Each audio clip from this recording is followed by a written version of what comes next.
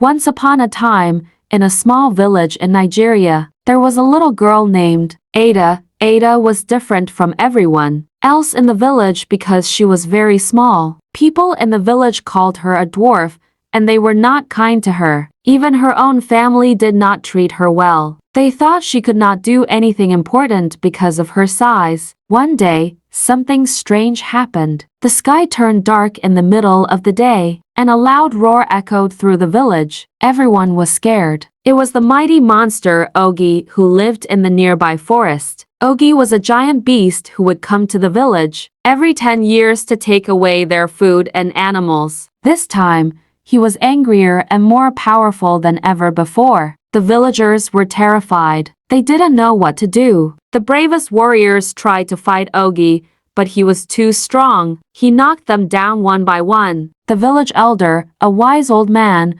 called a meeting to find a solution. But no one had any ideas. They all felt hopeless. While everyone was busy worrying, Ada remembered something her grandmother had told her before she passed away. Her grandmother once spoke of a hidden cave in the forest that held a magical stone. This stone had the power to calm even the angriest hearts. Ada knew that if she could find the stone, she might be able to save the village. Ada tried to tell the villagers about the stone, but no one listened to her. They laughed and told her to stay out of the way. Determined, Ada decided to go on her own. She packed a small bag with some food and water and set off into the dark forest. She walked for hours, feeling scared but hopeful. As Ada walked deeper into the forest, she heard strange noises and saw glowing eyes in the dark. But she did not give up. She remembered her grandmother's words and kept moving forward. Finally, she found the cave. It was hidden behind thick vines and rocks. Ada squeezed through the narrow entrance and found herself in a beautiful, glowing cave. In the center of the cave was the magical stone. It shimmered with a soft, calming light. Ada carefully picked it up and hurried back to the village. She arrived just in time. Ogi was about to destroy the village completely. Holding the stone high, Ada ran towards Ogi.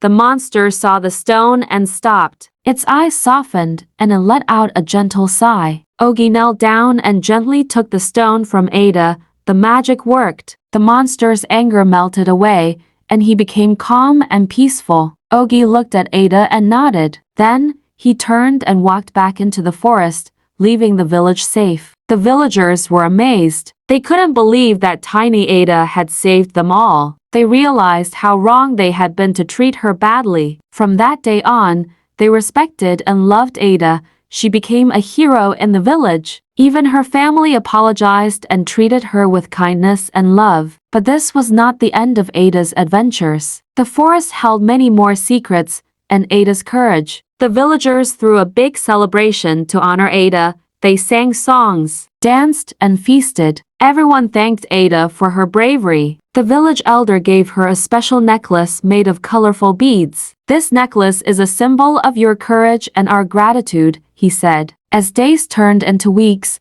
Ada explored the forest more often. She became friends with the animals and learned the secrets of the trees and plants. One day, while she was picking berries, Ada heard a soft cry. Following the sound, she discovered a baby bird that had fallen from its nest. The little bird was hurt and unable to fly. Ada gently picked it up and decided to take care of it. She named the bird Chirpy. Every day, Ada fed Chirpy and helped it heal. Slowly, Chirpy grew stronger. One evening, as the sun was setting, Chirpy chirped happily and flew around Ada's head. It seemed to be saying thank you. Ada smiled and felt happy that she had helped her new friend. But strange things started happening in the village again. The river that provided water to the villagers began to dry up. The crops were wilting, and the animals were getting thirsty. The villagers were worried and didn't know what to do. They turned to Ada, hoping she could help once more. Ada decided to investigate. She followed the river upstream,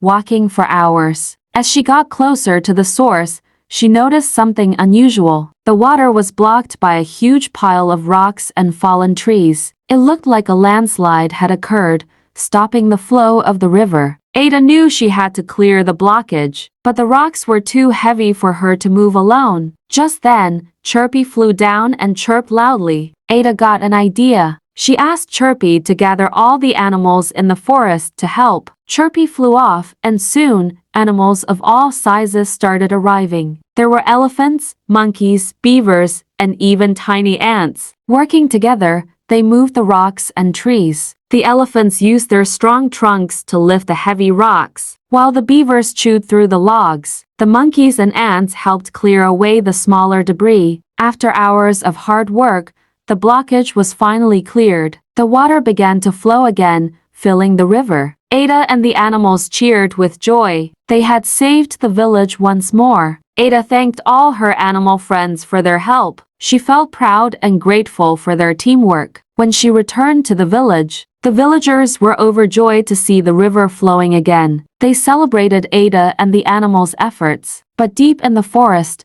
a shadowy figure watched Ada's every move. It was the mysterious forest guardian, an ancient being who protected the forest's secrets. The guardian had been observing Ada and was impressed by her bravery and kindness. The guardian knew that Ada had a special role to play in the future of the village and the forest. The adventures of Ada were far from over, and new challenges and discoveries awaited her. One sunny morning, while Ada was playing near the edge of the forest, she felt a cool breeze and heard a soft, whispering voice. She looked around but saw no one. The voice seemed to come from the wind itself, calling her name. Ada, Ada, it whispered, come to the ancient oak tree. There is something you must see. Curious and a little nervous, Ada followed the whispering voice deep into the forest. She arrived at the ancient oak tree, the tallest and oldest tree in the forest. Its branches stretched high into the sky, and its roots dug deep into the earth. The tree had always seemed magical to Ada,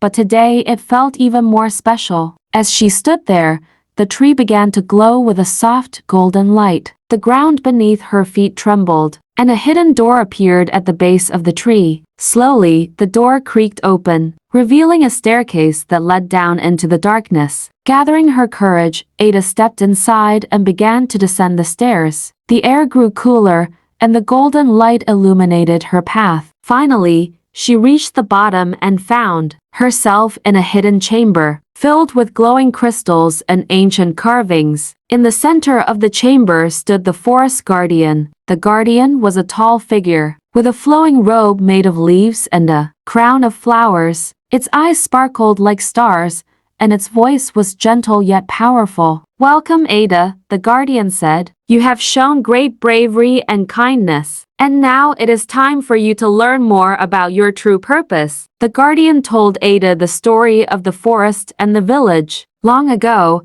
the forest was protected by a magical force that kept it in balance. But over the years, the magic had weakened, and dark forces threatened to take over. The guardian explained that Ada had a special gift. Her heart was pure and strong, and she had the ability to restore the forest's magic. The guardian handed Ada a small, intricate amulet. This amulet holds the essence of the forest's magic, the guardian said. You must wear it and embark on a journey to find the 3 sacred springs. Each spring holds a part of the magic that can restore balance to the forest. Once you gather the magic from all 3 springs, the amulet will guide you on how to use it. Ada felt both excited and a bit scared. She knew the journey would be difficult, but she was determined to help the village and the forest. She thanked the guardian and promised to do her best. The next morning, Ada packed her bag with food, water, and her grandmother's old map of the forest. She set off on her journey,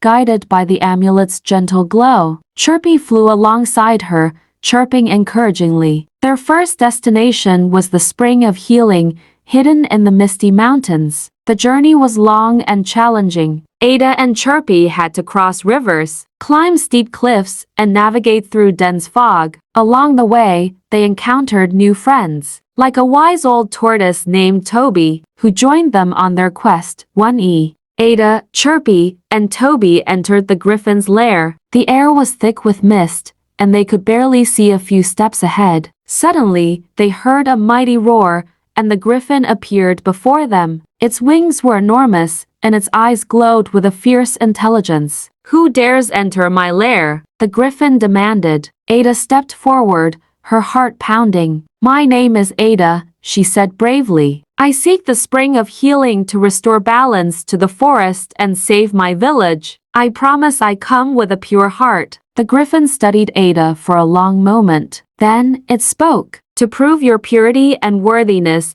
you must pass 3 tests. Only then will you be granted access to the spring of healing." The first test was a test of kindness. The griffin led Ada to a clearing where a wounded deer lay in pain. Ada knelt beside the deer and gently tended to its wounds. Using the knowledge she had gained from caring for Chirpy, the deer slowly stood up, nuzzling Ada in gratitude. "You have shown kindness," the griffin said. "Now, for the second test, a test of courage." The griffin took Ada to a high cliff overlooking a raging river. "You must cross this river," it said. Ada's legs trembled, but she took a deep breath and began to cross, using the rocks and branches as stepping stones. With Chirpy and Toby cheering her on, she made it to the other side safely. "You have shown courage," the griffin said. "Now, for the final test, a test of wisdom." The griffin led Ada to a cave filled with puzzles and riddles. Ada had to use her intelligence and the knowledge she had gained from her adventures to solve each one. She worked tirelessly, and with Chirpy and Toby's support, she finally solved the last puzzle. "You have shown wisdom,"